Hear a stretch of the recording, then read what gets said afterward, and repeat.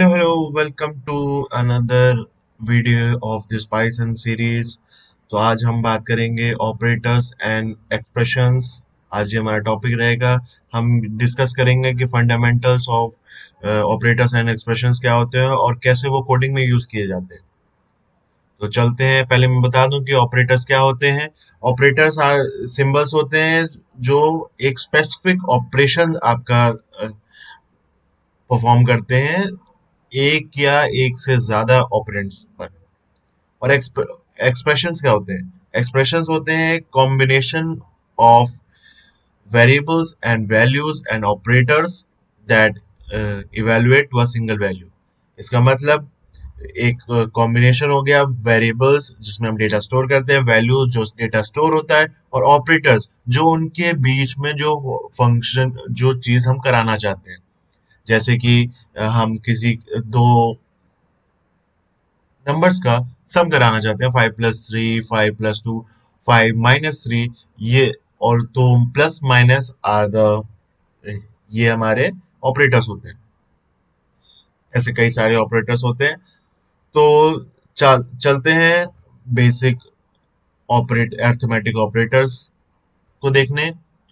आज हम यूज करेंगे कमांड प्रॉम्प्ट, क्योंकि पिछले वीडियो में मैंने आपको ऑनलाइन जीडीपी पे कराया था। पर आप सोच रहे होंगे कि मैंने पाइथन फिर क्यों डाउनलोड कराया आपसे। तो मैं कमांड प्रॉम्प्ट यूज करूंगा आज, जिससे आपको पता चल जाए कि आप अपने सिस्टम में पाइथन इंस्टॉल करके कैसे यूज कर सकते हैं। आप बहुत सारी जरिया हैं पाइथन यूज करने के। आप नोट पैड पे भी यूज कर सकते हैं आराम से, और उसको कमांड प्रॉम्प्ट से चला सकते हैं, कोई दिक्कत नहीं है उसमें। बट मैं आज दिखाना चाहूंगा कि आप कमांड प्रॉम्प्ट से डायरेक्टली कैसे पाइथन चला सकते हैं। आप कमांड प्रॉम्प्ट खोलते हैं। ये हमारा कमांड प्रॉम्प्ट खुला, इसको बड़ा कर लेते हैं। इसमें हम टाइप करेंगे पाइथन। ये पाइथन हमारे पाइथन के इस लिखने के बाद हम पाइथन अपना को प्रोग्राम अपने इसमें चला सकते हैं। हम चलते हैं। तो आज हम सीखेंगे अरिथमेटिक ऑपरेटर्स क्या होते हैं और मैथमेटिकल कैलकुलेशंस किस तरह की जाती है। जो मैथमेटिकल कैलकुलेशन में आपके क्या क्या आते हैं? Addition, subtraction, multiplication and division. ठीक है। तो लेट्स सी सम एग्जांपल्स। हम देखते हैं एडिशन क्या होता है।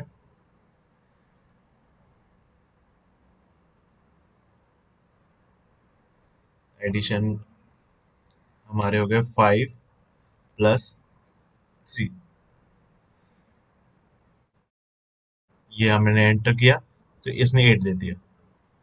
ये तो 5+3, ये जिसमें 5, 3 आपके ऑपरेंड्स हैं और प्लस हमारा ऑपरेटर है।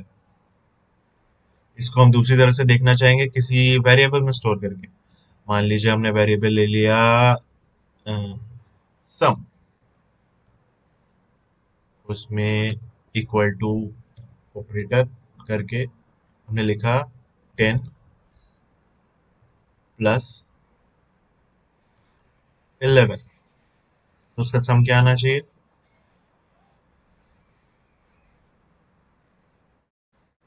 21। अगली लाइन में हम सम को प्रिंट करेंगे। प्रिंट सम, हमने पिछली वीडियो में आपको प्रिंट फंक्शन समझाया था। 21।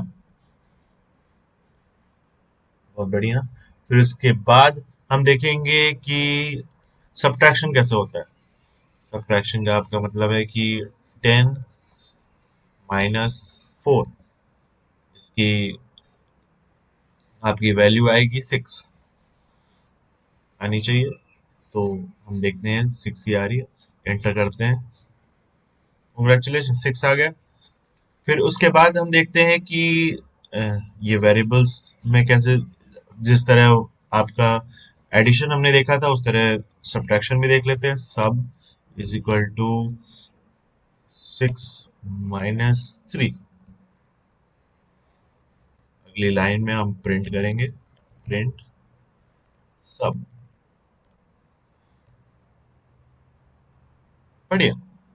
फिर इसी तरह आपके दूसरे भी ऑपरेटर्स होते हैं, जैसे कि डिवाइड। डिवाइड आपका देख लेते हैं।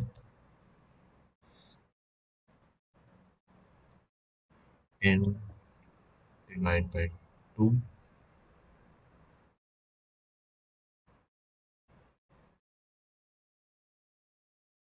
डिवाइड के लिए हम बैक स्लैश इस्तेमाल करते हैं। और इसी के साथ हम मल्टीप्लाई भी देख लेते हैं। मल्टीप्लाई भी एक वेरिएबल में कर लेते हैं। मल्टीप्लाई कैसे होता है? Multi is equal to, multi एक वेरिएबल है, टू इंटू थ्री। दोनों की वैल्यू क्या आनी चाहिए? डिवीजन डिवीजन वाले की आनी चाहिए 5 और मल्टीप्लाई वाले की 6। दोनों को प्रिंट करते हैं, प्रिंट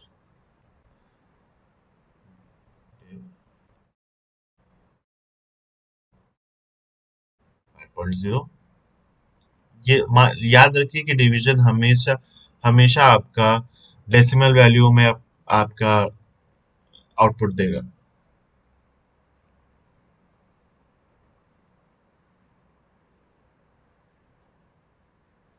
तो हम आगे वो देखते हैं कि मल्टीप्लाई कैसे होता है। मल्टी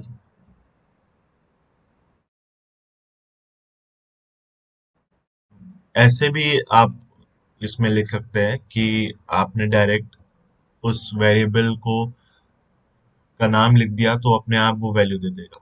और दूसरी तरीका आप प्रिंट भी कर सकते हैं। दोनों तरीके हैं। अब अब हम चलते हैं कैसे आपके सारे ऑपरेटर्स एक साथ कैसे उनका ऑर्डर क्या होता है वो देखते हैं। मान लीजिए हम इसको क्लियर करते हैं पहले। सी एल एस डिफाइन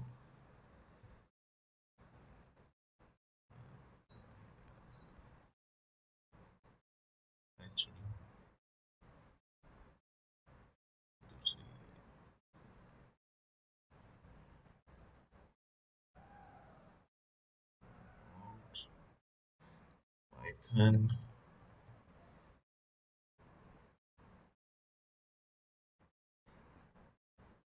हम देखते हैं कि कैसे वो होता है, इसका ऑर्डर कैसे डिसाइड होता है। तो हमने लिख दिया है एक एक्सप्रेशन। हमारा एक्सप्रेशन क्या होता है? 5 + 6 ब्रैकेट में मल्टीप्लाई बाय 10। 5 + 6 मल्टीप्लाई बाय 10 आपका क्या आएगा? 5 + 6 11। 11 × 10 110। 110 आनी चाहिए वैल्यू। बिल्कुल। तो ये लेफ्ट टू राइट हमारा हमेशा वो करता है। और जिस तरह हमारे बॉडमास रूल यूज होता है वैसे ही ये यूज होता है। पहले ब्रैकेट सॉल्व करेगा, फिर उसके बाद डिवीजन, फिर मल्टीप्लाई, फिर उसके बाद एडिशन, फिर सब्ट्रैक्शन। इसी तरह फिर आगे चीज देखते हैं कि बूलियन चीज क्या होती है। बूलियन वैल्यू क्या होती है? बूलियन वैल्यू आपका कंपेयर दो वैल्यूज वो करता है, ट्रू और फॉल्स में आपका आउटपुट देता है। वो कंपैरिजन के लिए यूज होता है, जिसमें जैसे कि आपको मान लीजिए दो दो नंबर्स को आपको कंपेयर कराना है कि 5 is less than 10, 11 is greater than 6। तो हम देखते हैं कि कैसे वर्क करता है। मान लीजिए हम चेक एक वेरिएबल ले लिया हमने, उसमें हम उसमें हम देखेंगे कि चेक कैसे, चेक में, चेक की स्पेलिंग देखें, चेक, चेक में हम देखेंगे कि दो नंबर्स को हम कैसे कंपेयर करते हैं। दो नंबर्स हमने ले लिया, मान लीजिए 4 is not equal to, not, not का साइन हम एक्सप्लेनेटरी, नॉट इक्वल टू इस तरह लिखते हैं 2। ये आप डायरेक्ट भी कर सकते हैं, मैं तो आपको एक वेरिएबल में करके दिखा रहा हूँ। हमने ये कर दिया, ये आपकी एक्सप्रेशन है। इसको, ये फॉल्स आएगी कि ट्रू, ये हम अगली लाइन में देखते हैं। हमने चेक को प्रिंट करा लिया, true is not equal to 2, बिल्कुल सही है। और फिर हम चेक करेंगे 4 इज ग्रेटर देन 6, और चेक को हम फिर से प्रिंट कराएंगे फॉल्स। बिल्कुल सही, सब सही आ रहा है हमारा। ऐसे ही काफी चीजें यूज होती हैं।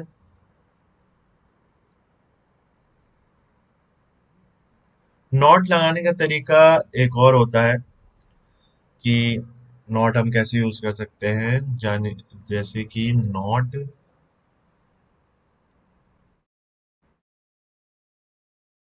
5 इज ग्रेटर देन 3। तो ये कैसे सॉल्व होता है, 5 इज ग्रेटर देन 3, इसका वैल्यू क्या आएगा, ट्रू आना चाहिए। और नॉट अगर बाहर लिखा है तो जो भी अंदर की वैल्यू है वो रिवर्स हो जाएगी। मान लीजिए यहाँ का ट्रू आया तो वो आपको वैल्यू आपकी फॉल्स देगा। देखिए बिल्कुल। और एंड और ऑपरेटर क्या होता है, अगली चीज, एंड ऑपरेटर आपका वो होता है जो दो दो कंडीशंस दो कंडीशंस को आपके कंपेयर करता है। अगर एंड ऑपरेटर तब होल होल लाइन को तभी ट्रू करेगा जब दोनों कंडीशंस ट्रू होंगी। जैसे कि आपका हो गया, दो कंडीशंस आपने ले ली, 3 इज नॉट इक्वल टू 2, ये कंडीशन हुई। एंड आप लिखेंगे AND, and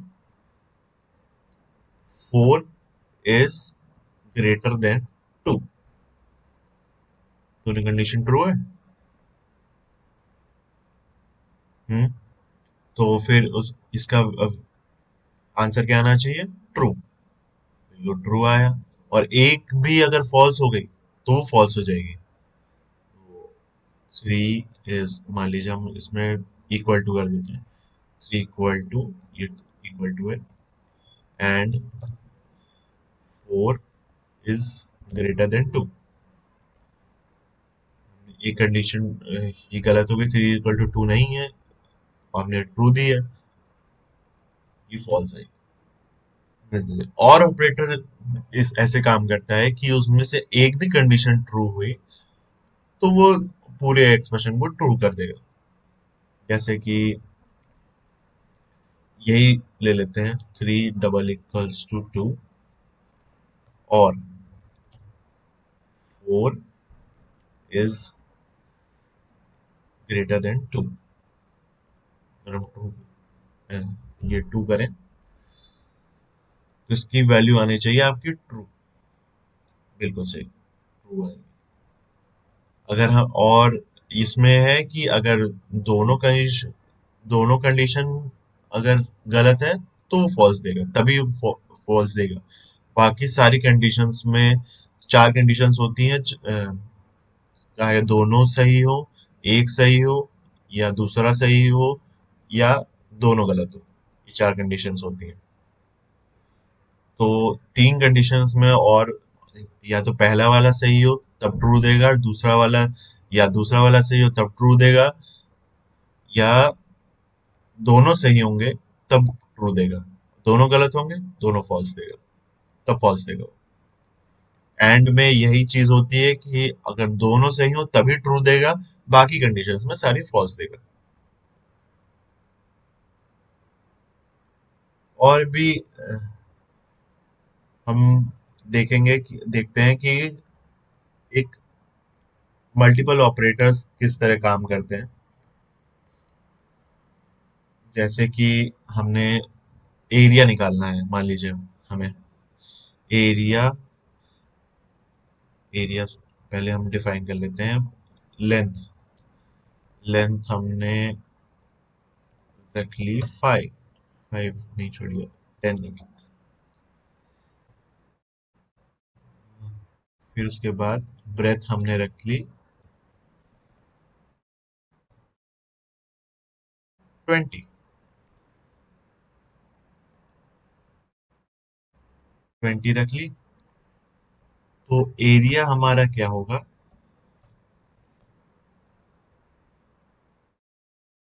length length into breadth, ये हमारी वैल्यू क्या आना चाहिए? 200। ठीक है, हमने यहाँ एरिया प्रिंट करते हैं 200। वेरी गुड, सब सही जा रहा है बिल्कुल। तो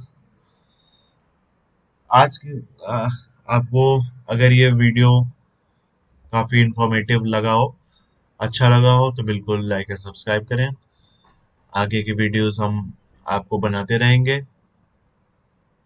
आपको यूट्यूब चैनल पे आते रहेंगे, और पाइथन के ऐसी छोटी छोटी चीजें सीखते जाएंगे हम धीरे धीरे। आगे हम देखेंगे कि और भी चीजें कैसे होती हैं, कैसे वर्क करती है चीजें पाइथन में, छोटी छोटी चीजें। फिर उसके बाद that's it. Thank you, happy coding.